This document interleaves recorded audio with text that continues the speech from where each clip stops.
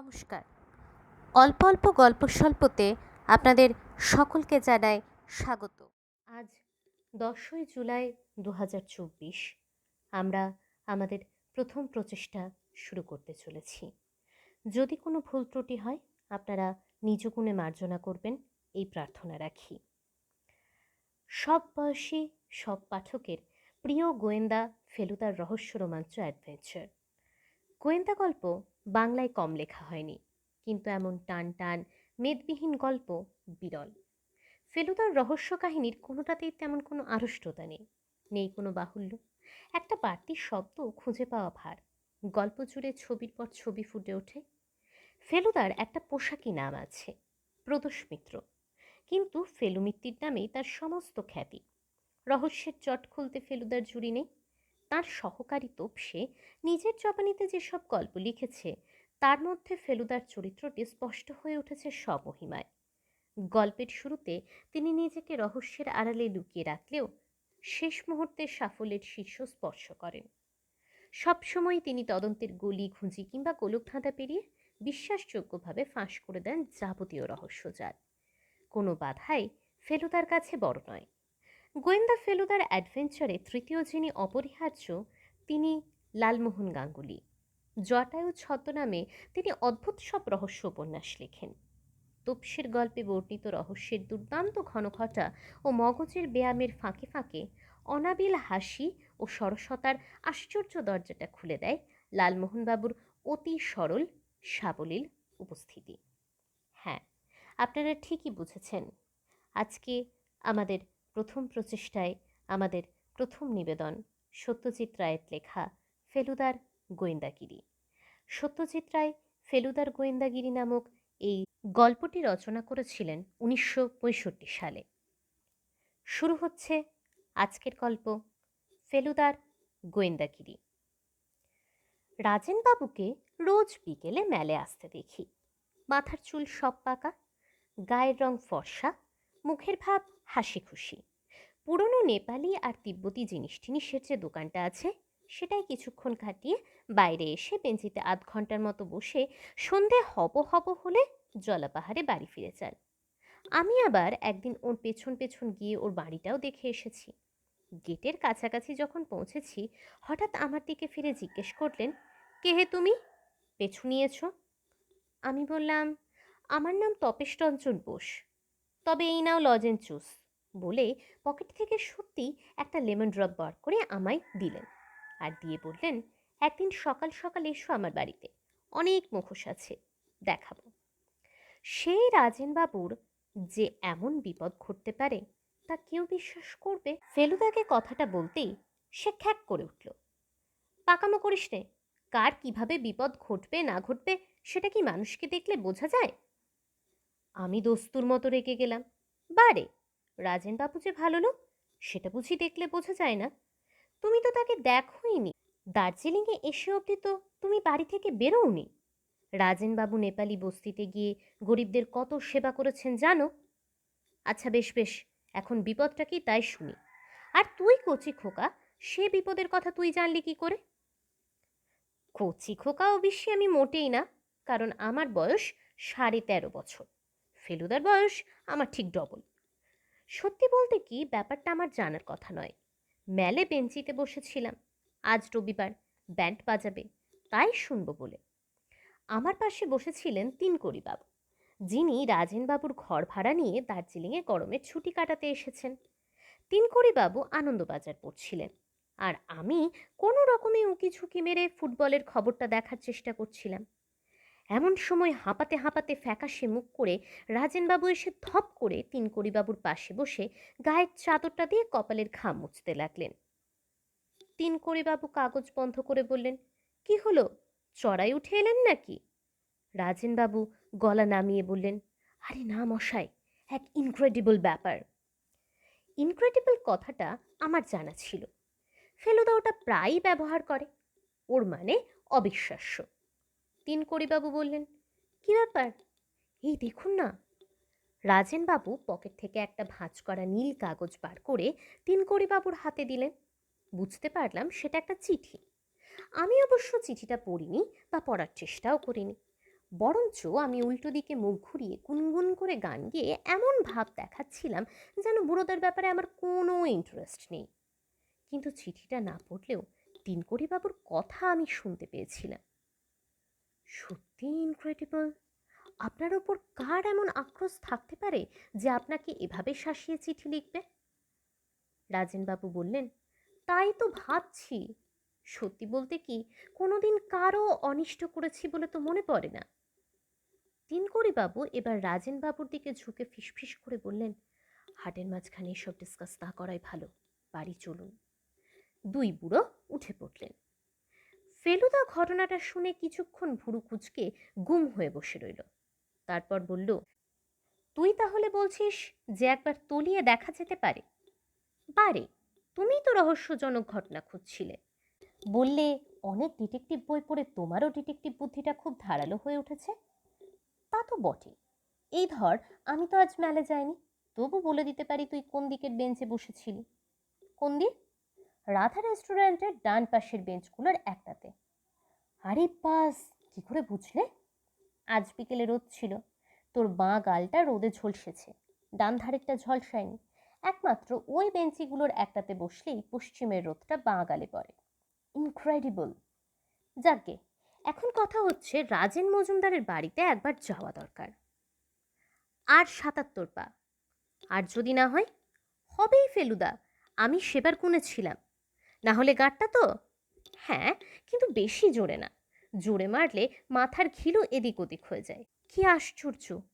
৭৭-এ রাজেনবাবুর বাড়ি পৌঁছলাম না, আরও ২৩ পা গিয়ে তবে ওর বাড়ির গেটের সামনে পড়লাম। ফেলুদা ছোট্ট করে একটা গাঁটটা মেরে বলল, আগেরবার ফেরার সময় গুনেছিলি না আসার সময়? ফেরার সময়। ইডিয়েট! ফেরার সময় তো ঢালে নামতে হয়, তুই নিশ্চয়ই ধাঁই ধাঁই করে ইয়া বড় বড় স্টেপস ফেলেছিলি। তা হবে, নিশ্চয়ই তাই। আর তাই স্টেপস সেবার কম হয়েছিল, এবার বেশি হয়েছে। জোয়ান বয়সে ঢালে নামতে মানুষ বড় বড় পা ফেলে দৌড়ানোর মতো, আর বুড়ো হলে ঢালুর বেলা ব্রেক কষে কষে ছোট ছোট পা ফেলতে হয়, তা না হলে মুখ থুবড়ে পড়ে। কাছাকাছি কোনো এক বাড়ি থেকে রেডিওতে গান শোনা যাচ্ছে। ফেলুদা এগিয়ে কলিং বেল টিপল। কি বলবে সেটা ঠিক করেছো ফেলুদা? যা খুশি তাই বলবো। তুই কিন্তু স্পিকটি নট। যতক্ষণ থাকবি এ বাড়িতে একটি কথা বলবি না। কিছু জিজ্ঞেস করলেও না। Shut up! একটা নেপালি চাকর এসে দরজা খুলে দিল। আন্দার আইয়ে। বৈঠকখানায় ঢুকলাম। বেশ সুন্দর পুরনো প্যাটার্নের কাঠের বাড়ি। শুনেছি রাজেনবাবু ১০ বছর হলো রিটায়ার করে দার্জিলিংয়ে আছেন। কলকাতায় বেশ নামকরা উকিল ছিলেন। চেয়ার টেবিল যা আছে ঘরে সব বেতের। যেটা সবচেয়ে বেশি চোখে পড়ে সেটা হচ্ছে চারিদিকে দেওয়ালে টাঙানো সব অদ্ভুত দাঁত খিচুনো চোখ রাঙানো মুখোশের শাড়ি। আর আছে পুরনো ঢাল, তলোয়ার, ভোজালি, থালা, ফুলদানি, এইসব। কাপড়ের উপর রং করা বুদ্ধের ছবিও আছে। কত পুরনো কে জানে, কিন্তু তাতে যে সোনালি রংটা আছে সেটা এখনো ঝলমল করছে। আমরা দুজনে দুটো বেতের চেয়ারে বসলাম। ফেলুদা দেওয়ালের এদিক ওদিক দেখে বলল, পেরেকগুলো সব নতুন, মরচে ধরেনি। ভদ্রলোকের প্রাচীন জিনিসের শখটা বোধহয় বেশি প্রাচীন নয়। রাজেনবাবু ঘরে ঢুকলেন। আমি অবাক হয়ে দেখলাম ফেলুদা উঠে গিয়ে ঢিপ করে এক পেন নাম ঠুকে বলল, চিনতে পারছেন? আমি জয়কৃষ্ণ মিত্তিরের ছেলে ফেলু। রাজেনবাবু প্রথমে চোখ কপালে তুললেন, তারপর চোখের দুপাশ কুঁচকিয়ে এক গাল হেসে বললেন, বা বা, কত বড় হয়েছ তুমি! কবে এলে এখানে? বাড়ির সব ভালো? বাবা এসেছেন? ফেলুদা জবাব দিচ্ছে, আর আমি মনে মনে বলছি, কি অন্যায়! এত কথা হলো আর ফেলুদা একবারও বলল না সে রাজেনবাবুকে চেনে। এবার ফেলুদা আমার পরিচয়টাও দিয়ে দিল। রাজেনবাবুর মুখ দেখে মনেই হলো না যে এই ৭ দিন আগে আমাকে লজেন চুষ দেবার কথাটা ওর মনে আছে। ফেলুদা এবার বলল, আপনার খুব প্রাচীন জিনিসের শখ দেখছি। রাজেনবাবু বললেন, হ্যাঁ, এখন তো প্রায় নেশায় দাঁড়িয়েছে। কতদিনের ব্যাপার? এই তো মাস ৬ হবে, কিন্তু এর মধ্যে অনেক কিছু সংগ্রহ করে ফেলেছি। ফেলুদা এবার একটা গলা খাঁকড়ানি দিয়ে আমার কাছ থেকে শোনা ঘটনাটাই শুনিয়ে বলল, আপনি আমার বাবার মামলার ব্যাপারে যেভাবে সাহায্য করেছিলেন তার প্রতিদানে আপনার এই বিপদে যদি কিছু করতে পারি। রাজেনবাবুর ভাব দেখে মনে হলো তিনি সাহায্য পেলে খুশি হবেন, কিন্তু তিনি কিছু বলবার আগেই তিনকড়িবাবু ঘরে ঢুকলেন। তাঁর হাঁপানোর বহর দেখে মনে হলো বোধহয় বেরিয়ে ফিরলেন। রাজেনবাবু আমাদের সঙ্গে ভদ্রলোকের আলাপ করিয়ে দিয়ে বললেন, আমার বিশেষ বন্ধু অ্যাডভোকেট জ্ঞানেশ সেন হচ্ছেন তিনকড়িবাবুর প্রতিবেশী। আমি ঘর ভাড়া দেব শুনে জ্ঞানেশই ওকে সাজেস্ট করে আমার এখানে আসতে। গোড়ায় উনি হোটেলের কথা ভেবেছিলেন। তিনকড়িবাবু হেসে বললেন, আমার ভয় ছিল আমার এই চুরুটের বাতিকটা নিয়ে। এমনও হতে পারত যে রাজেনবাবু হয়তো চুরুটের গন্ধ সহ্য করতে পারেন না, তাই সেটা আমি আমার প্রথম চিঠিতেই লিখে জানিয়ে দিয়েছিলাম। ফেলুদা বলল, আপনি কি বায়ু পরিবর্তনের জন্য এসেছেন? তা বটে, তবে বায়ুর অভাবটাই যেন লক্ষ্য করছি বেশি। পাহাড়ি ঠান্ডাটা আরেকটু বেশি এক্সপেক্ট করে লোকে। ফেলুদা হঠাৎ বলল, আপনার বোধহয় গান বাজনার শখ। তিনকড়িবাবু অবাক হাসি হেসে বললেন, সেটা জানলে কি করে হে? আপনি যখন কথা বলছেন তখন লক্ষ্য করছি যে লাঠির উপর রাখা আপনার ডান হাতের তর্জনীটা রেডিওর সঙ্গে তাল রেখে যাচ্ছে। রাজেনবাবু হাসতে হাসতে বললেন, মোক্ষম ধরেছ, উনি ভালো শ্যামাসঙ্গীত গাইতে পারেন। ফেলুদা এবার বলল, চিঠিটা হাতের কাছে আছে? রাজেনবাবু বললেন, হাতের কাছে কেন, একেবারে বুকের কাছে। রাজেনবাবু কোটের বুক পকেট থেকে চিঠিটা বার করে ফেলুদাকে দিলেন। এইবার সেটা দেখার সুযোগ পেলাম। হাতে লেখা চিঠি নয়, নানান জায়গা থেকে ছাপা বাংলা কথা কেটে কেটে আঠা দিয়ে জুড়ে চিঠিটা লেখা হয়েছে। যা লেখা হয়েছে তা হলো এই, তোমার অন্যায়ের শাস্তি ভোগ করিতে প্রস্তুত হও। ফেলুদা বলল, এ চিঠি কি ডাকে এসেছে? রাজেনবাবু বললেন, হ্যাঁ, লোকাল ডাক বলা বাহুল্য। দুঃখের বিষয় খামটা ফেলে দিয়েছি। দার্জিলিংয়েরই পোস্টমার্ক ছিল, ঠিকানাটাও ছাপা বাংলা কথা কেটে কেটে লেখা। আপনার নিজের কাউকে সন্দেহ হয়? কি আর বলবো বলো, কোনোদিন কারো প্রতি কোনো অন্যায় বা অবিচার করেছি বলে তো মনে পড়ে না। আপনার বাড়িতে যাতায়াত করেন এমন কয়েকজনের নাম করতে পারেন? খুব সহজ, আমি লোকজনের সঙ্গে মিশি কমই। ডাক্তার ফণি মিত্তির আসেন অসুখ বিসুখ হলে। কেমন লোক বলে মনে হয়? ডাক্তার হিসেবে বোধহয় সাধারণ স্তরের, তবে তাতে আমার এসে যায় না, কারণ আমার ব্যারামও সাধারণ। সর্দি জ্বর ছাড়া আর কিছুই হয়নি দার্জিলিং এসে অবধি, তাই ভালো ডাক্তারের প্রয়োজন হয় না। চিকিৎসা করে পয়সা নেন, তা নেন বই কি, আর আমারও তো পয়সার অভাব নেই, মিথ্যে অব্লিগেশনে যায় কেন? আর কে আসেন? সম্প্রতি মিস্টার ঘোষাল বলে এক ভদ্রলোক যাতায়াত। এই দেখো, দরজার দিকে ফিরে দেখি একটি ফর্সা মাঝারি হাইটের স্যুট পরা ভদ্রলোক হাসি মুখে ঘরে ঢুকছেন। আমার নাম শুনলাম বলে মনে হলো যেন। রাজেনবাবু বললেন, এই মাত্র আপনার নাম করা হয়েছে। আপনারও আমার মতো পুরনো জিনিসের শখ, সেটাই এই ছেলেটিকে বলতে যাচ্ছিল। আপনার সঙ্গে আলাপ করিয়ে দিই। নমস্কার টমস্কারের পর মিস্টার ঘোষাল, পুরো নাম অবনীমোহন ঘোষাল, রাজেনবাবুকে বললেন, আপনাকে আজ দোকানে দেখলুম না, তাই একবার ভাবলুম খোঁজ নিয়ে যায়। রাজেনবাবু বললেন, না, আজ শরীরটা ভালো ছিল না। বুঝলাম রাজেনবাবু চিঠিটার কথা মিস্টার ঘোষালকে বলতে চান না। ফেলুদা মিস্টার ঘোষাল আসার সঙ্গে সঙ্গেই চিঠিটা হাতের তেলোর মধ্যে লুকিয়ে ফেলেছি। ঘোষাল বললেন, আপনি ব্যস্ত থাকলে আজ বরং, আসলে আপনার ওই তিব্বতী ঘণ্টাটা একবার দেখার ইচ্ছে ছিল। রাজেনবাবু বললেন, সে তো খুব সহজ ব্যাপার, হাতের কাছেই আছে।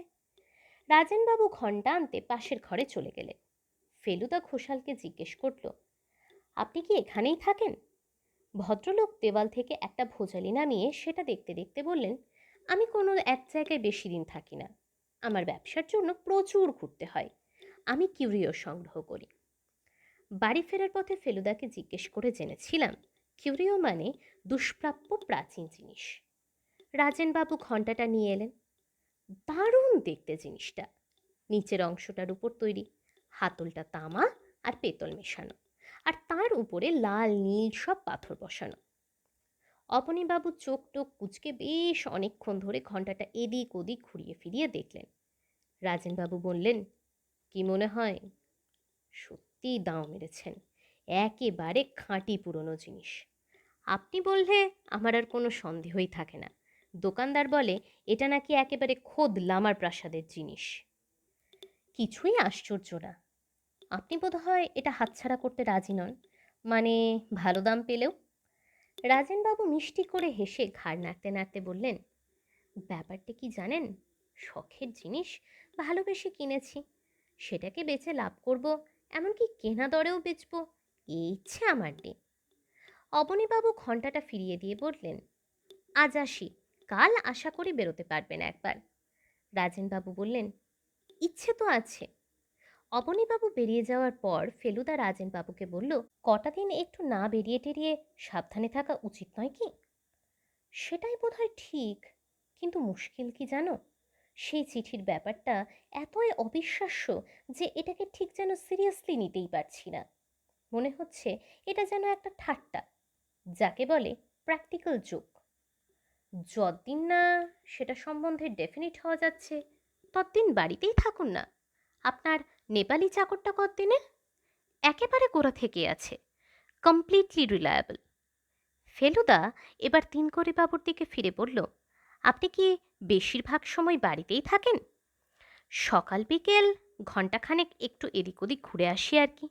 কিন্তু বিপদ যদি ঘটেই, আমি বুড়ো মানুষ, খুব বেশি কিছু করতে পারি কি? আমার বয়স হলো 64, রাজেনবাবুর চেয়ে 1 বছর কম। রাজেনবাবু বললেন, উনি চেঞ্জে এসেছেন, ওকে আর বাড়িতে বন্দি করে রাখার ফন্দি করছো কেন তোমরা? আমি থাকবো, আমার চাকর থাকবে, এই যথেষ্ট। তোমরা চাও তো দুবেলা খোঁজ খবর নিয়ে যেও এখন। বেশ, তাই হবে। ফেলুদার দেখা দেখে আমিও উঠে পড়লাম। আমরা যেখানে বসেছিলাম তার উল্টো দিকে একটা ফায়ারপ্লেস, ফায়ারপ্লেসের উপরেই একটা তাক, আর সেই তাকের উপর 3টে ফ্রেমে বাঁধানো ছবি। ফেলুদা ছবিগুলোর দিকে এগিয়ে গেল। প্রথম ছবিটা দেখে রাজেনবাবু বললেন, ইনি আমার স্ত্রী, বিয়ের 4 বছর পরেই মারা গিয়েছিলেন। দ্বিতীয় ছবি, একজন আমার বয়সী ছেলের, গায়ে ভেলভেটের কোট। ফেলুদা জিজ্ঞেস করল, এটিকে? রাজেনবাবু হো হো করে হেসে বললেন, সময়ের প্রভাবে মানুষের চেহারায় কি বিচিত্র পরিবর্তন ঘটতে পারে সেইটে বোঝানোর জন্য এই ছবি। উনি হচ্ছেন আমারই বাল্য সংস্করণ। বাঁকুড়া মিশনারি স্কুলে পড়তাম তখন। আমার বাবা ছিলেন বাঁকুড়ার ম্যাজিস্ট্রেট। সত্যি ভারী ফুটফুটে চেহারা ছিল রাজেনবাবুর ছেলে বয়সে। অবশ্যই ছবি দেখে ভুলো না, দুরন্ত বলে ভারী বদনাম ছিল আমার। শুধু যে মাস্টারদের জ্বালিয়েছি তা নয়, ছাত্রদেরও। একবার স্পোর্টসের দিন 100 ইয়ার্ডসে আমাদের বেস্ট রানারকে কাত করে দিয়েছিলাম ল্যাং মেরে। তৃতীয় ছবিটা ফেলুদার বয়সী একজন ছেলের। রাজেনবাবু বললেন, সেটা তাঁর একমাত্র ছেলে প্রবীরের। উনি এখন কোথায়? রাজেনবাবু গলা খাঁকড়িয়ে বললেন, জানি না ঠিক, বহুকাল দেশ ছাড়া, প্রায় 16 ইয়ার্স। আপনার সঙ্গে চিঠি লেখালেখি নেই? না। ফেলুদা দরজার দিকে এগোতে এগোতে বলল, ভারী ইন্টারেস্টিং কেস। আমি মনে মনে বললাম, ফেলুদা একেবারে বইয়ের ডিটেকটিভের মতো কথা বলছে। বাইরেটা ছমছমে অন্ধকার হয়ে এসেছে। জলপাহাড়ের গায়ের বাড়িগুলোতে বাতি জ্বলে উঠেছে। পাহাড়ের নিচের দিকে চেয়ে দেখলাম রঙ্গিত উপত্যকা থেকে কুয়াশা ওপর দিকে উঠছে। রাজেনবাবু আর বাবু আমাদের সঙ্গে গেট অবধি এলেন। রাজেনবাবু গলা নামিয়ে ফেলুদাকে বললেন, তুমি ছেলে মানুষ, তাও তোমাকে বলছি, একটু যে নার্ভাস বোধ করছি না তা নয়। এমন শান্তিপূর্ণ পরিবেশে এ চিঠি যেন বিনা মেঘে বজ্রপাত। ফেলুদা বেশ জোরের সঙ্গেই বলল, আপনি কিছু ভাববেন না, আমি এর সমাধান করবই, আপনি নিশ্চিন্তে বিশ্রাম করুন গিয়ে। রাজেনবাবু good night and thank you বলে চলে গেলেন। এবার বাবু ফেলুদাকে বললেন, তোমাকে তুমি করেই বলছি, তোমার অবজারভেশনের ক্ষমতা দেখে আমি সত্যিই ইমপ্রেসড হয়েছি। ডিটেকটিভ গল্প আমিও অনেক পড়েছি। এই চিঠিটার ব্যাপারে আমি হয়তো তোমাকে কিছুটা সাহায্যও করতে পারি। তাই নাকি? এই যে টুকরো টুকরো ছাপা কথা কেটে চিঠিটা লেখা হয়েছে, এর থেকে কি বুঝলে বলো তো? ফেলুদা কয়েক সেকেন্ড ভেবে বলল, 1 নম্বর, কথাগুলো কাটা হয়েছে খুব সম্ভব ব্লেড দিয়ে, কাঁচি দিয়ে নয়। ভেরি গুড, 2 নম্বর, কথাগুলো নানা রকম বই থেকে নেওয়া হয়েছে কারণ হরফ ও কাগজে তফাৎ রয়েছে। Very good. সেই সব বই সম্বন্ধে কোনো আইডিয়া করেছো? চিঠির দুটো শব্দ, শাস্তি আর প্রস্তুত, মনে হচ্ছে খবরের কাগজ থেকে কাটা। আনন্দবাজার। তাই বুঝি? ইয়েস, ওই টাইপটা আনন্দবাজারেই ব্যবহার হয়, অন্য বাংলা কাগজে নয়। আর অন্য কথাগুলো কোনোটাই পুরনো বই থেকে নেওয়া হয়নি, কারণ যে হরফে ওগুলো ছাপা সেটা হয়েছে মাত্র 15-20 বছর। আর যে আঠা দিয়ে আটকানো হয়েছে সেটা সম্পর্কে কোনো ধারণা করেছো? গন্ধটা গ্রিপেক্স আঠার মতো। চমৎকার ধরেছ। কিন্তু আপনিও তো ধরার ব্যাপারে কম চান না দেখছি। তিনকুড়িবাবু হেসে বললেন, কিন্তু তোমার বয়সে আমি ডিটেকটিভ কথাটার মানে জানতুম কিনা সন্দেহ। বাড়ি ফেরার পথে ফেলুদা বলল, রাজেনবাবুর মিস্ট্রি সলভ করতে পারবো কিনা জানি না, কিন্তু সেই সূত্রে তিনকুড়িবাবুর সঙ্গে আলাপটা বেশ ভাও পাওয়া গেল। আমি বললাম, তাহলে উনিই ব্যাপারটা তদন্ত করুন না, তুমি আর মিথ্যে মাথা ঘামাচ্ছ কেন? আহা, বাংলা হরফের ব্যাপারটা জানা আছে বলে কি সবই জানবেন নাকি? ফেলুদার কথাটা শুনে ভালোই লাগলো। ওর মতো বুদ্ধি আশা করি তিনকুড়িবাবুর নেই। মাঝে মাঝে ফোড়ন দিলে আপত্তি নেই, কিন্তু আসল কাজটা যেন ফেলুদাই করে। কাকে অপরাধী বলে মনে হচ্ছে ফেলুদা? অপরা কথাটার মাঝখানে ফেলুদা থেমে গেল।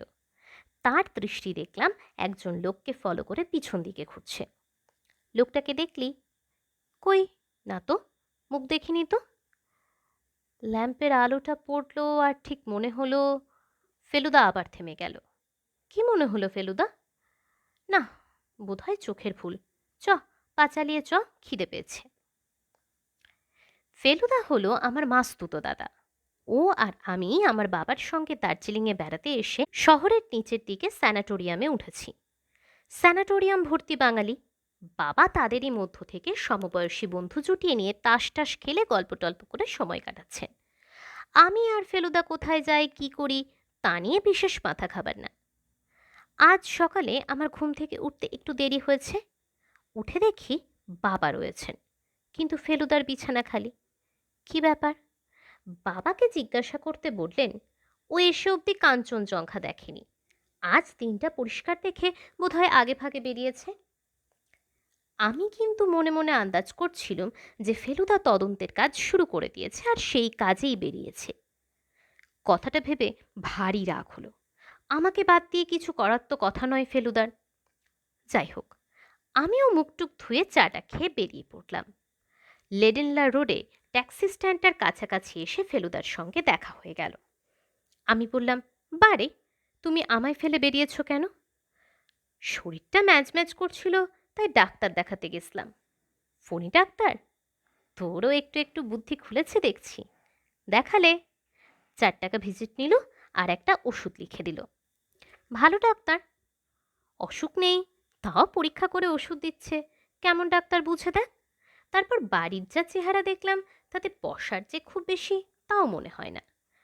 তাহলে উনি কখনো চিঠিটা লেখেননি কেন? গরিব লোকের অত সাহস হয়? তা টাকার দরকার হলে হয় বই কি, কিন্তু চিঠিতে তো টাকা চায়নি। ওইভাবে খোলাখুলি বুঝি কেউ টাকা চায়? তবে রাজেনবাবুর অবস্থাকাল কীরকম দেখলি বলতো? কেমন যেন ভীতু ভীতু। ভয় পেয়ে মনের অসুখ হতে পারে, সেটা জানিস? তা তো পারি। আর মনের অসুখ থেকে শরীরের অসুখ, তাও হয় বুঝি? ইয়েস। আর শরীরের অসুখ হলে ডাক্তার ডাকতে হবে, সেটা আশা করি তোর মতো ক্যাবলারও জানা আছে। ফেলুদার বুদ্ধি দেখে আমার প্রায় নিঃশ্বাস বন্ধ হয়ে এলো। অবশ্যই ফণি ডাক্তার যদি সত্যিই এত সব ভেবে টেবে চিঠিটা লিখে থাকে, তাহলে ওরও বুদ্ধি সাংঘাতিক বলতে হবে। ম্যালের মুখে ফোয়ারার কাছাকাছি যখন এসেছি তখন ফেলুদা বলল, কিউরিও সম্বন্ধে একটা কিউরিওসিটি বোধ করছি। কিউরিওর মানে আগেই শিখেছিলাম, আর কিউরিওসিটি মানে যে কৌতূহল, সেটা স্কুলেই শিখেছি। আমাদের ঠিক পাশেই নেপাল কিউরিও শপ। রাজেনবাবু আর অবনীবাবু এখানেই আসেন। ফেলুদা শটান দোকানের ভেতর গিয়ে ঢুকল। দোকানদারের গায়ে ছাই রঙের কোট, গলায় মাফলার আর মাথায় সোনালি কাজ করা কালো টুপি। ফেলুদাকে দেখে হাসি হাসি মুখ করে এগিয়ে এলো। দোকানের ভেতরটা পুরনো জিনিসপত্রে গিজগিজ করছে। আলো বেশি নেই, আর গন্ধটাও যেন সেকেলে। ফেলুদা এদিক ওদিক দেখে গম্ভীর গলায় বলল, ভালো পুরনো থাঙ্কা আছে? এই পাশের ঘরে আসুন। ভালো জিনিস তো বিক্রি হয়ে গেছে সব, তবে নতুন মাল আবার কিছু আসছে। পাশের ঘরে যাবার সময় আমি ফেলুদার কানের কাছে মুখ নিয়ে গিয়ে বললাম, থাঙ্কা কি জিনিস? ফেলুদা দাঁতে দাঁত চেপে বলল, দেখতেই তো পাবি। পাশের ঘরটা আরও ছোট, যাকে বলে একেবারে ঘুপচি। দোকানদার দেওয়ালে ঝোলানো সিল্কের ওপর আঁকা একটা বুদ্ধের ছবি দেখিয়ে বলল, এই একটাই ভালো জিনিস আছে, তবে একটু ড্যামেজড। একেই বলে থাঙ্কা? এই জিনিস তো রাজেনবাবুর বাড়িতে অনেক আছে। ফেলুদা ভীষণ বিজ্ঞের মতো থাঙ্কাটার গায়ের উপর চোখ ঠেকিয়ে ওপর থেকে নিচ অব্দি প্রায় 3 মিনিট ধরে দেখে বলল, এটার বয়স তো 70 বছরের বেশি বলে মনে হচ্ছে না। আমি অন্তত 300 বছরের পুরনো জিনিস চাইছি। দোকানদার বলল, আমরা আজ বিকেলে কিন্তু 1 লট মাল পাচ্ছি, তার মধ্যে ভালো থাঙ্কা পাবেন। আজই পাচ্ছেন? আজই। এ খবরটা তাহলে রাজেনবাবুকে জানাতে হয়। মিস্টার মজুমদার, ওনার তো জানা আছে, রেগুলার খদ্দের যে 2-3 জন আছেন তারা সকলেই নতুন মাল দেখতে বিকেলে আসছেন। অবনীবাবুও খবরটা পেয়ে গেছেন মিস্টার ঘোষাল? জরুর। আর বড় খদ্দের কে আছে আপনাদের?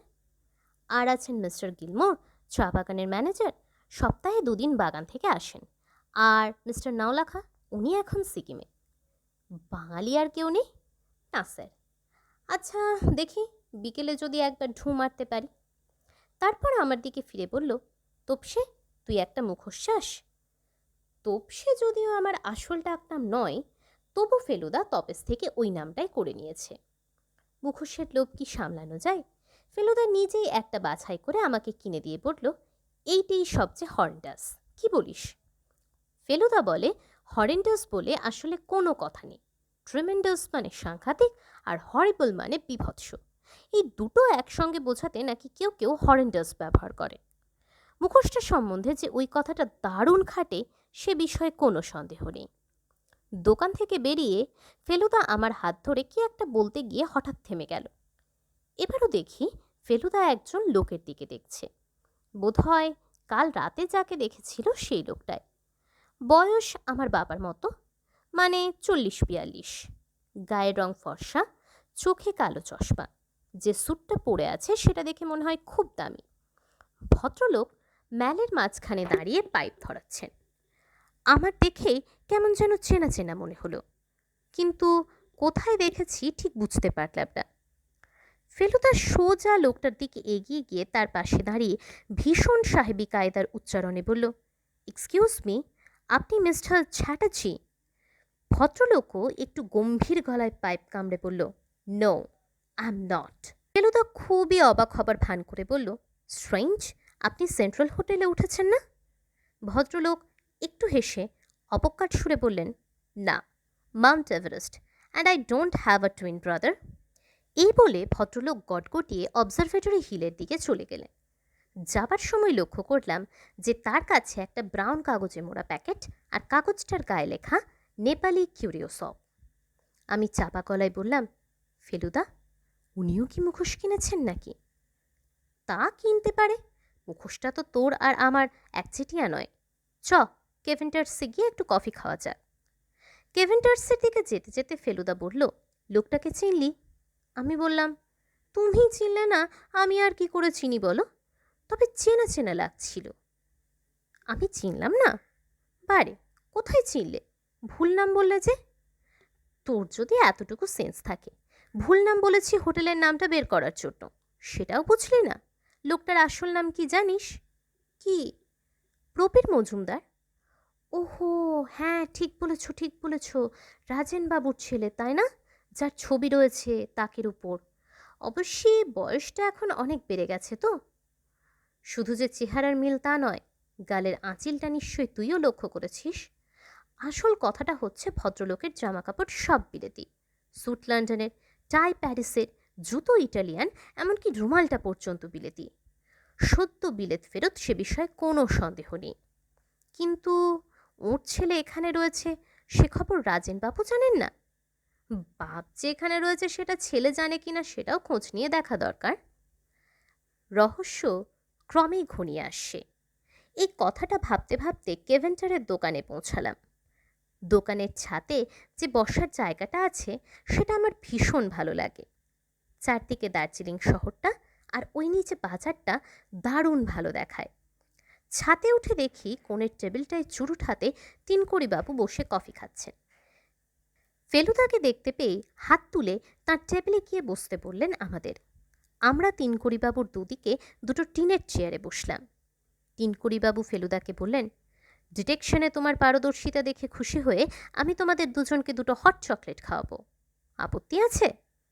হট চকলেটের নাম শুনে আমার জিভে জল এসে গেল। তিনকড়িবাবু তুড়ি মেরে একটা বেয়ারাকে ডাকলেন। বেয়ারা এসে অর্ডার নিয়ে গেলে পর তিনকড়িবাবু কোটের পকেট থেকে একটা বই বার করে ফেলুদাকে দিয়ে বললেন, এই নাও, এইটা এক্সট্রা কপি ছিল, আমার লেটেস্ট বই, তোমায় দিলুম। বইয়ের মলাটটা দেখে ফেলুদার মুখটা হাঁ হয়ে গেল। আপনার বই মানে? আপনার লেখা? আপনিই গুপ্তচর নাম নিয়ে লেখেন?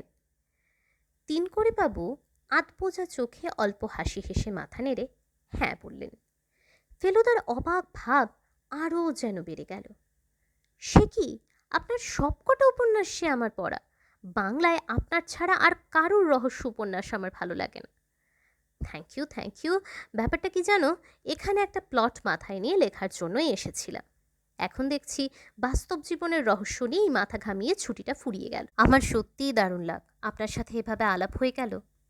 দুঃখের বিষয়, আমার ছুটির মেয়াদ সত্যিই ফুরিয়ে এসেছে। কাল সকালে চলে যাচ্ছি আমি। আশা করছি যাবার আগে তোমাদের আরও কিছুটা হেল্প করে দিয়ে যেতে পারবো। ফেলুদা এবার তার এক্সাইটিং খবরটা তিনকড়িবাবুকে দিয়ে দিল। রাজেনবাবুর ছেলেকে দেখলাম আজ। বলো কি হে? এই 10 মিনিট আগে। তুমি ঠিক বলছো? চিনতে পেরেছো তো ঠিক? 14 আনা শিওর। মাউন্ট এভারেস্ট হোটেলে গিয়ে খোঁজ করলে বাকি 2 আনাও পুড়ে যাবে বোধহয়। তিনকড়িবাবু হঠাৎ একটা দীর্ঘশ্বাস ফেললেন। রাজেনবাবুর মুখে তার ছেলের কথা শুনেছ? কাল যা বললেন তার বেশি শুনিনি। আমি শুনেছি অনেক কথা। ছেলেটি অল্প বয়সে বকে গিয়েছিল, বাপের সিন্দুক থেকে টাকা চুরি করে ধরা পড়েছিল।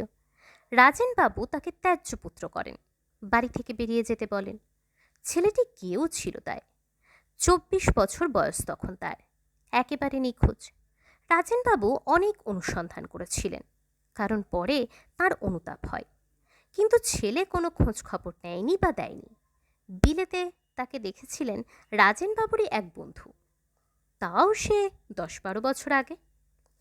রাজেনবাবু তাহলে জানেন না যে তার ছেলে এখানে আছে? নিশ্চয়ই না। আমার মনে হয় ওকে না জানানোই ভালো। একেই চিঠির শখ, তার উপর। তিনকড়িবাবু হঠাৎ থেমে গেলেন। তারপর ফেলুদার দিকে ফিরে বললেন, আমার বুদ্ধিশুদ্ধি সব লোপ পেয়েছে। রহস্য উপন্যাস লেখা ছেড়ে দেওয়া উচিত। ফেলুদা হাসতে হাসতে বলল, প্রবীর মজুমদার যে চিঠি লিখে থাকতে পারেন সেটা আপনার খেয়াল হয়নি তো? এক্স্যাক্টলি, কিন্তু। তিনকড়িবাবু অন্যমনস্ক হয়ে গেলেন। বেয়ারা হট চকলেট এনে টেবিলে রাখতে তিনকড়িবাবু যেন একটু চাগিয়ে উঠলেন। ফেলুদার দিকে ফিরে বললেন, ফণি মিত্তিরকে কেমন দেখলে? ফেলুদা যেন একটু হকচকিয়ে গেল। সে কি, আপনি কি করে জানলেন আমি ওখানে গেছিলাম? তুমি যাওয়ার অল্পক্ষণ পরেই আমি গেছিলাম। আমাকে রাস্তায় দেখেছিলেন বুঝি?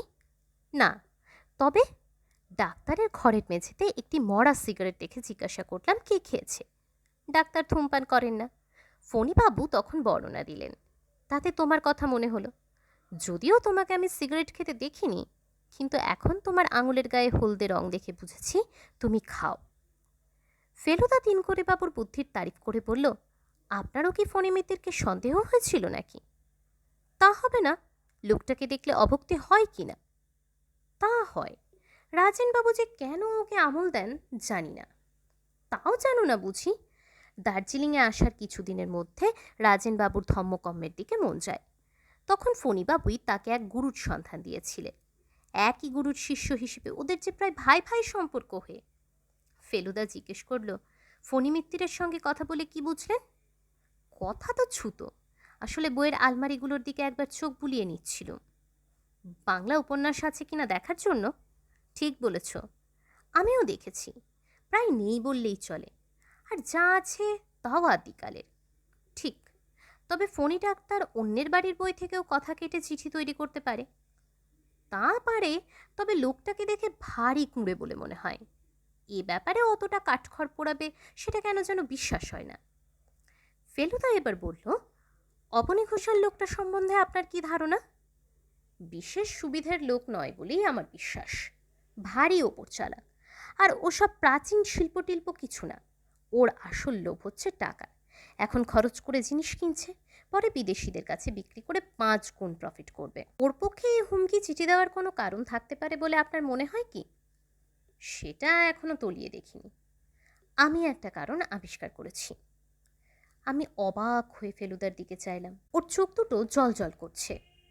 তিনকড়িবাবু বললেন, কি কারণ? ফেলুদা গলাটা নামিয়ে নিয়ে বলল, যে দোকান থেকে ওরা জিনিস কিনেন সেখানে কিছু ভালো নতুন মাল আজ বিকেলে আসছে।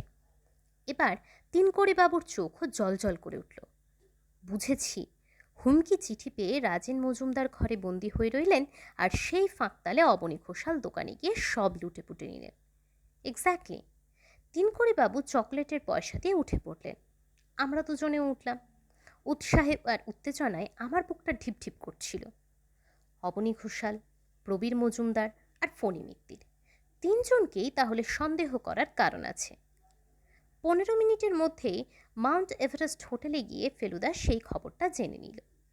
প্রবীণ মজুমদার বলে একজন ভদ্রলোক সেই হোটেলের 16 নম্বর ঘরে 5 দিন হলো এসে রয়েছেন। বিকেলের দিকে রাজেনবাবুর বাড়িতে যাবার কথা ফেলুদা বলেছিল, কিন্তু দুপুর থেকে মেঘলা করে 4টে নাগাদ তেড়ে বৃষ্টি নামল। আকাশের চেহারা দেখে মনে হলো বৃষ্টি সহজে থামবে না। ফেলুদা সারাটা সন্ধে খাতা পেন্সিল নিয়ে কি সব যেন হিসেব করল। আমার ভীষণ জানতে ইচ্ছে করছিল কি লিখছে, কিন্তু জিজ্ঞেস করতে সাহস হলো না। শেষটায় আমি তিনকড়িবাবুর বইটা নিয়ে পড়তে আরম্ভ করলাম। দারুণ থ্রিলিং গল্প। পড়তে পড়তে রাজেনবাবুর চিঠির ব্যাপারটা মন থেকে প্রায় মুছেই গেল। 8টা নাগাদ বৃষ্টি থামল, কিন্তু তখন এত শীত যে বাবা আমাদের বেরোতে দিলেন না। পরদিন ভোরবেলা ফেলুদার ধাক্কার চোটে ঘুম ভাঙল। ওঠ ওঠ, ওই তোপসে ওঠ। আমি ধর্মড়িয়ে উঠে পড়লাম। ফেলুদা কানের কাছে মুখ এনে দাঁতে দাঁত চেপে এক নিঃশ্বাসে বলে গেল, রাজেনবাবুর নেপালি চাকরটা এসেছিল, বলল বাবু এখনই যেতে বলেছেন, বিশেষ দরকার। তুই যদি যেতে চাস তো। সে আর বলতে। 15 মিনিটের মধ্যে তৈরি হয়ে রাজেনবাবুর বাড়িতে পৌঁছে দেখি তিনি ফ্যাকাশে মুখ করে খাটে শুয়ে আছেন। ফণি ডাক্তার তাঁর নাড়ি টিপে খাটের পাশটায় বসে, আর তিনকড়িবাবু এই শীতের মধ্যেও একটা হাত পাখা নিয়ে মাথার পিছনটায় দাঁড়িয়ে হাওয়া করছেন। ফণিবাবুর নাড়ি দেখা হলে পর রাজেনবাবু যেন বেশ কষ্ট করে জোরে নিঃশ্বাস নিতে নিতে বললেন, কাল রাত্রে 12টার কিছু পরে ঘুমটা ভাঙতে বিদ্যুতের আলোয় আমার মুখের ঠিক সামনে I saw a masked face. Masked face? মুখোশ পরা মুখ। রাজেনবাবু দম নিলেন। ফণি মিত্তির দেখলাম একটা প্রেসক্রিপশন লিখছেন। রাজেনবাবু বললেন, দেখে এমন মনে হলো যে চিৎকারও বেরোলো না গলা দিয়ে। রাতটা যে কিভাবে কেটেছে তা বলতে পারি না। ফেলুদা বলল, আপনার জিনিসপত্র কিছু চুরি যায়নি তো? রাজেনবাবু বললেন, না, তবে আমার বিশ্বাস আমার বালিশের তলা থেকে আমার চাবির গোছাটা নিতেই সে আমার উপর ঝুঁকেছিল। ঘুম ভেঙে যাওয়াতে জানলা দিয়ে লাফিয়ে, ওফ, হরিবল হরিবল। ফণি ডাক্তার বললেন, আপনি উত্তেজিত হবেন না, আপনাকে একটা ঘুমের ওষুধ দিচ্ছি, আপনার কমপ্লিট রেস্টের দরকার। ফণিবাবু উঠে পড়লেন। ফেলুদা হঠাৎ বলল, ফণিবাবু কাল রাত্রে রুগী দেখতে গেছিলেন বুঝি? কোটের পিছনে কাদার ছিটে লাগলো কি করে? ফণিবাবু তেমন কিছু না ঘাবড়িয়ে বললেন, ডাক্তারের লাইফ তো জানেনি, আর্তের সেবায় যখন জীবনটাই উৎসর্গ করেছি, তখন ডাক যখনই আসুক না কেন বেরোতেই হবে, সে ঝড়ই হোক আর বৃষ্টি হোক আর বরফই পড়ুক। ফণিবাবু তাঁর পাওনা টাকা নিয়ে চলে গেলেন। রাজেনবাবু এবার সোজা হয়ে উঠে বসে বললেন, তোমরা আসাতে অনেকটা সুস্থ বোধ করছি। বেশ খানিকটা ঘাবড়ে গেছলুম জানো। এখন বোধ হয় বৈঠকখানায় গিয়ে একটু বসা চলতে পারে। ফেলুদা আর তিনকড়িবাবু হাত ধরাধরি করে রাজেনবাবুকে বৈঠকখানায় এনে বসালেন। তিনকড়িবাবু বললেন, স্টেশনে ফোন করেছিলুম, যদি যাওয়াটা 2 দিন পেছনো যায়। রহস্যের সমাধান না করে যেতে মন চাইছে না, কিন্তু ওরা বললে এ টিকিট ক্যান্সেল করলে 10 দিনের আগে বুকিং পাওয়া যাবে না। এটা শুনে আমার ভালোই লাগলো। আমি চাইছিলুম ফেলুদা একাই ডিটেকটিভের কাজটা করুক। তিনকড়িবাবু যেন ফেলুদার অনেকটা কাজ আগে আগে করে দিচ্ছিলেন। রাজেনবাবু বললেন, আমার চাকরটার পাহারা দেবার কথা ছিল, কিন্তু আমি নিজেই কাল 10টার সময় তাকে ছুটি দিয়ে দিয়েছি। ওর বাড়িতে খুব অসুখ, বুড়ো বাপ আছে, তার এখন তখন অবস্থা। ফেলুদা বলল, মাছটা কেমন ছিল মনে আছে? রাজেনবাবু বললেন, খুবই সাধারণ নেপালি মুখোশ। দার্জিলিং শহরে অন্তত আরও 300-400 খোঁজ করলে পাওয়া যাবে। আমার এই ঘরেই তো আরও 5খানা রয়েছে। ওই যে দেখো না। রাজেনবাবু যে মুখোশটার দিকে আঙুল দেখালেন, ঠিক সেই জিনিসটা কাল ফেলুদা আমার জন্য কিনে দিয়েছে। তিনকড়িবাবু এতক্ষণ বেশি কথা বলেননি। এবার বললেন, আমার মতে এবার বোধহয় পুলিশে একটা খবর দেওয়া উচিত। একটা প্রোটেকশনেরও তো দরকার। কাল যা ঘটেছে তারপরে তো আর ব্যাপারটাকে ঠাট্টা বলে নেওয়া চলে না। ফেলুবাবু, তুমি তোমার নিজের ইচ্ছে মতো তদন্ত চালিয়ে যেতে পারো, তাতে তোমায় কেউ বাধা দেবে না। কিন্তু আমি সব দিক বিবেচনা করে বলছি, এবার পুলিশের সাহায্য নেওয়া দরকার। আমি বরং যাই, গিয়ে একটা ডায়েরি করে আসি। প্রাণের ভয় আছে বলে মনে হয় না। রাজেনবাবু, আপনার ঘণ্টাটা একটু সাবধানে রাখবেন।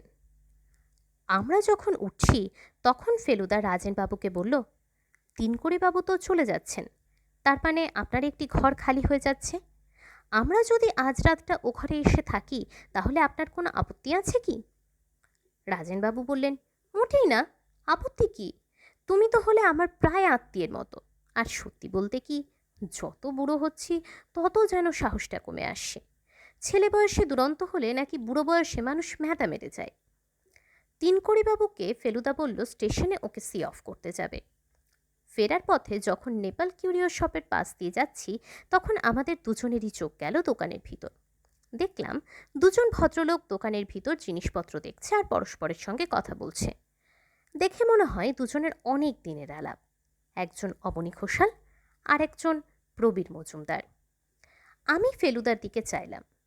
তার মুখের ভাব দেখে মনে হলো না সে কোনো আশ্চর্য জিনিস দেখেছে। 10:30টার সময় স্টেশনে গেলাম তিনকড়িবাবুকে গুড বাই করতে। উনি এলেন আমাদেরও 5 মিনিট পরে। চড়াই উঠে উঠে পায়ে ব্যথা হয়ে গেছে, তাই আস্তে হাঁটতে হলো। সত্যিই ভদ্রলোক একটু খোঁড়াচ্ছিলেন। নীল রঙের ফার্স্ট ক্লাস কামরায় উঠে তিনকড়িবাবু তাঁর অ্যাটাচি কেস খুলে একটা ব্রাউন কাগজের প্যাকেট ফেলুদাকে দিলেন। এটা কিন্তু একটু সময় লাগলো। রাজেনবাবু তো আর কিউরিওর দোকানে যেতে পারতেন না, অথচ কাল সত্যিই অনেক ভালো জিনিস এসেছে। তার থেকে একটি সামান্য জিনিস বাছাই করে ওর জন্য এনেছি। তোমরা আমার নাম করে শুভেচ্ছা জানিয়ে ওকে দিয়ে দিও। ফেলুদা প্যাকেটটা নিয়ে বলল, আপনার ঠিকানা দিয়ে গেলেন না, মিস্ট্রিটা সলভ করে আপনাকে জানিয়ে দেবো ভাবছিলাম যে। তিনকড়িবাবু বললেন, আমার প্রকাশকের ঠিকানাটা আমার বইতেই পাবে, তার কেয়ারে লিখলেই চিঠি আমার কাছে পৌঁছে যাবে। Good luck. ট্রেন ছেড়ে দিল। ফেলুদা আমাকে বলল, লোকটা বিদেশে জন্মালে দারুণ নাম আর পয়সা করত। পরপর এতগুলো ভালো রহস্য উপন্যাস খুব কম লোকই লিখেছে। সারা দিন ধরে ফেলুদা রাজেনবাবুর ব্যাপারটা নিয়ে নানান জায়গায় ঘোরাফেরা করল। আমি অনেক করে বলতেও আমাকে সঙ্গে নিল না। সন্ধেবেলা যখন রাজেনবাবুর বাড়ি যাচ্ছি, তখন ফেলুদাকে বললাম, কোথায় কোথায় গেলে সেইটা অন্তত বলবে তো। ফেলুদা বলল, 2বার মাউন্ট এভারেস্ট হোটেল, একবার ফণি মিত্তিরের বাড়ি, একবার নেপাল কিউরিও শপ, একবার লাইব্রেরি, আর এছাড়াও আরও কয়েকটা জায়গা। ও, আর কিছু জানতে চাস? অপরাধীকে বুঝতে পেরেছ? এখনো বলার সময় আসেনি। কাউকে সন্দেহ করেছ? ভালো ডিটেকটিভ হলে প্রত্যেককেই সন্দেহ করতে হয়। প্রত্যেককে মানে? এই ধর তুই। আমি? যার কাছে এই মুখোশ আছে সেই সন্দেহের পাত্র, সে যে লোকই হোক। তাহলে তুমিই বা বাদ যাবে কেন? বেশি বাজে বকিসনি। বারে, তুমি যে রাজেনবাবুকে আগে চিনতে, সে কথা তো গোড়ায় বলনি। তার মানে সত্য গোপন করেছ। আর আমার মুখস্থ ইচ্ছে করলে তুমিও ব্যবহার করতে পারো, হাতের কাছেই থাকে। Shut up, shut up. রাজেনবাবুকে এবেলা দেখে তবু অনেকটা ভালো লাগলো। কেমন আছেন জিজ্ঞেস করতে বললেন, দুপুরের দিকটা বেশ ভালো বোধ করছিলাম। যত সন্ধে হয়ে আসছে ততই যেন কেমন অস্বস্তি লাগছে। ফেলুদা তিনকড়িবাবুর দেওয়া প্যাকেটটা রাজেনবাবুকে দিল। সেটা খুলে তার থেকে একটা চমৎকার বুদ্ধের মাথা বের হলো। সেটা দেখে রাজেনবাবুর চোখ ছলছল করে এলো। ধরা গলায় বললেন, খাসা জিনিস, খাসা জিনিস। ফেলুদা বলল, পুলিশ থেকে লোক এসেছিল? আর বলো না, এসে ৩২ রকম জেরা করলে কদ্দূর কি হদিশ পাবে জানি না, তবে আজ থেকে বাড়িটা ওয়াচ করার জন্য লোক থাকবে, সেই যা নিশ্চিন্তি। সত্যি বলতে কি, তোমরা হয়তো না এলেও চলতো। ফেলুদা বলল, স্যানাটোরিয়ামে বড্ড গোলমাল, এখানে হয়তো চুপচাপ আপনার কেসটা নিয়ে একটু ভাবতে পারবো। রাজেনবাবু হেসে বললেন, আর তাছাড়া আমার চাকরটা খুব ভালো রান্না করে, আজ মুরগির মাংস রাঁধতে বলেছি, স্যানাটোরিয়ামে অমনটি খেতে পাবে না। রাজেনবাবু আমাদের ঘরটা দেখিয়ে দিয়ে নিজের ঘরে চলে গেলেন। ফেলুদা শটান খাটের উপর শুয়ে পড়ে একটা সিগারেট ধরিয়ে কড়িকাঠের দিকে তাক করে পরপর 5টা ধোঁয়ার রিং ছাড়ল। তারপর আতপোজা চোখে বেশ কিছুক্ষণ চুপ করে থেকে বলল, ফণী মিত্তির কাল সত্যিই রুগী দেখতে গিয়েছিলেন। কাট রোডে একজন ধনী পাঞ্জাবি ব্যবসায়ীর বাড়ি। আমি খোঁজ নিয়েছি, 11:30 থেকে 12:30 অবধি ওখানে ছিলেন। তাহলে ফণী মিত্তির অপরাধী নন? ফেলুদা আমার কথার জবাব না দিয়ে বলল, প্রবীর মজুমদার 16 বছর ইংল্যান্ডে থেকে বাংলা প্রায় ভুলেই গেছেন। তাহলে ওই চিঠি ওর পক্ষে লেখা সম্ভব নয়। আর ওর টাকার কোনো অভাবই নেই। তাছাড়া দার্জিলিংয়ে এসেও লেবাংয়ে ঘোড়দৌড়ের বাজিতে উনি অনেক টাকা করেছেন। আমি দম আটকে বসে রইলাম। ফেলুদার আরও কিছু বলার আছে সেটা বুঝতে পারছিলাম। আতখাওয়া জ্বলন্ত সিগারেটটা ক্যারামের ঘুঁটি মারার মতো করে প্রায় 10 হাত দূরের জানলা দিয়ে বাইরে ফেলে দিয়ে ফেলুদা বলল, আজ চা বাগানের গিলমোর সাহেব দার্জিলিংয়ে এসেছে। প্লান্টার্স ক্লাবে গিয়ে ওর সঙ্গে দেখা করেছিলাম। লামার প্রাসাদের আসল ঘণ্টা একটাই আছে, আর সেটা গিলমোরের কাছে। রাজেনবাবুরটা নকল, অবনী ঘোষাল সেটা জানে। তাহলে রাজেনবাবুর ঘণ্টা তেমন মূল্যবান নয়? না। আর অবনী ঘোষাল কাল রাত্রে একটা পার্টিতে প্রবীর মজুমদারের সঙ্গে রাত 9টা থেকে ভোর 3টে অবধি মাতলামো করেছে। ও, আর মুখোশ পরা লোকটা এসেছিল 12টার কিছুটা পরে? হ্যাঁ। আমার বুকের ভেতরটা কেমন খালি খালি লাগছিল। বললাম, তাহলে? ফেলুদা কিছু না বলে একটা দীর্ঘ নিঃশ্বাস ফেলে খাট থেকে উঠে পড়ল। ওর ভুরু দুটো যে এতটা কুঁচকোতে পারে তা আমার জানাই ছিল না। কয়েক সেকেন্ড চুপ করে দাঁড়িয়ে থেকে কি যেন ভেবে ফেলুদা বৈঠকখানার দিকে চলে গেল। যাবার সময় বলল, একটু একা থাকতে চাই, ডিস্টার্ব করিস না। কি আর করি, এবার ওর জায়গায় আমি বিছানায় শুলাম। সন্ধে হয়ে আসছে, ঘরের বাতিটা আর জ্বালতে ইচ্ছে করতো না। খোলা জানলা দিয়ে অবজারভেটরি হিলের দিকটায় অন্যান্য বাড়ির আলো দেখতে পাচ্ছিলাম। বিকেলে ম্যাল থেকে একটা গোলমালের শব্দ পাওয়া যায়, এখন সেটা মিলিয়ে আসছে। একটা ঘোড়ার খুরের আওয়াজ পেলাম, দূর থেকে কাছে এসে আবার মিলিয়ে গেল। সময় চলে যাচ্ছে, জানলা দিয়ে শহরের আলো কেমন যেন ঝাপসা হয়ে আসছে। বোধহয় কুয়াশা হচ্ছে। ঘরের ভেতরটা এখন আরও অন্ধকার। একটা ঘুম ঘুম ভাব আসছে মনে হলো। চোখের পাতা দুটো কাছাকাছি এসে গেছে। এমন সময় মনে হলো কে যেন ঘরে ঢুকছে। মনে হতেই এমন ভয় হলো যে যেদিক থেকে লোকটা আসছে সেদিকে না তাকিয়ে আমি জোর করে নিঃশ্বাস বন্ধ করে জানলার দিকে তাকিয়ে রইলাম। কিন্তু লোকটা যে আমার দিকেই আসছে, আর আমার সামনেই এসে দাঁড়ালো যে। জানলার বাইরে শহরের দৃশ্যটা ঢেকে দিয়ে একটা অন্ধকার কি যেন এসে আমার সামনে দাঁড়িয়েছে। তারপর সেই অন্ধকার জিনিসটা নিচু হয়ে আমার দিকে এগিয়ে এলো। এবার তার মুখটা আমার মুখের সামনে, আর সেই মুখে একটা মুখোশ। যে চিৎকার করতে যাব অমনি অন্ধকার শরীরটার একটা হাত উঠে গিয়ে মুখোশটা খুলতেই দেখি ফেলুদা। কিরে, ঘুমিয়ে পড়েছিলি নাকি? ওহ ফেলুদা, তুমি? তা আমি না তোকে, তুই কি ভেবেছিলি?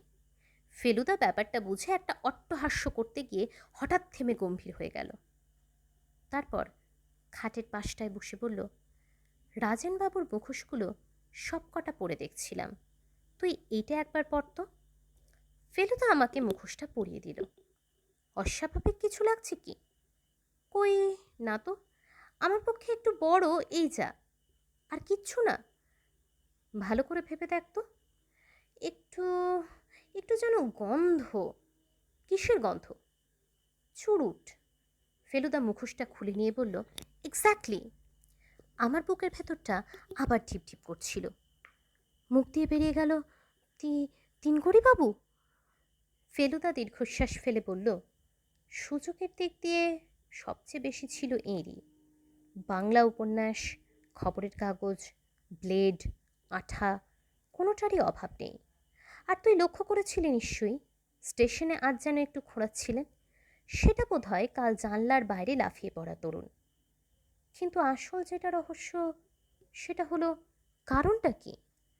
রাজেনবাবুকে তো মনে হয় রীতিমতো সমীহ করতেন ভদ্রলোক। তাহলে কি কারণে, কি উদ্দেশ্য নিয়ে তিনি এই চিঠি লিখেছিলেন? এটার উত্তর বোধহয় আর জানা যাবে না, কোনোদিনও না। রাত্রে কোনো দুর্ঘটনা ঘটেনি। সকালে খাবার ঘরে বসে রাজেনবাবুর সঙ্গে চা খাচ্ছি, এমন সময় নেপালি চাকরটা একটা চিঠি নিয়ে এলো। আবার সেই নীল কাগজ, আর খামের উপর দার্জিলিং পোস্টমার্ক। রাজেনবাবু ফ্যাকাশে মুখ করে কাঁপতে কাঁপতে চিঠির ভাঁজ খুলে ফেলুদাকে দিয়ে বললেন, তুমি পড়ো, আমার সাহস হচ্ছে না। ফেলুদা চিঠিটা নিয়ে জোরে জোরে পড়ল। তাতে লেখা আছে, প্রিয় রাজু, কলকাতায় জ্ঞানেশের কাছ থেকে তোমার ঘরের খবর পেয়ে যখন তোমায় চিঠি লিখি, তখনও জানতাম না আসলে তুমি কে। তোমার বাড়িতে এসে তোমার ছেলে বয়সের ছবিখানা দেখেই চিনেছি তুমি সেই 50 বছর আগের বাঁকুড়া মিশনারি স্কুলের আমারই সহপাঠী রাজু। এতকাল পরেও যে পুরনো আক্রোশ জাগিয়ে উঠতে পারে সেটা আমার জানা ছিল না। অন্যায়ভাবে ল্যাং মেরে তুমি যে শুধু আমায় 100 ইয়ার্সের নিশ্চিত পুরস্কার ও রেকর্ড থেকে বঞ্চিত করেছিলে তাই নয়, আমাকে রীতিমতো জখমও করেছিলে। বাবা বদলি হলেন তখন, তাই তোমার সঙ্গে বোঝাপড়াও হয়নি, আর তুমিও আমার মন আর শরীরের কষ্টের কথা জানতে পারোনি। 3 মাস পায়ে প্লাস্টার লাগিয়ে হাসপাতালে পড়েছিলাম। এখানে এসে তোমার জীবনের শান্তিময় পরিপূর্ণতার ছবি আমাকে অশান্ত করেছিল। তাই তোমার মনে খানিকটা সাময়িক উদ্বেগের সঞ্চার করে তোমার সেই প্রাচীন অপরাধের শাস্তি দিলাম। শুভেচ্ছা নিও, ইতি তিনু, শ্রী তিনকড়ি মুখোপাধ্যায়।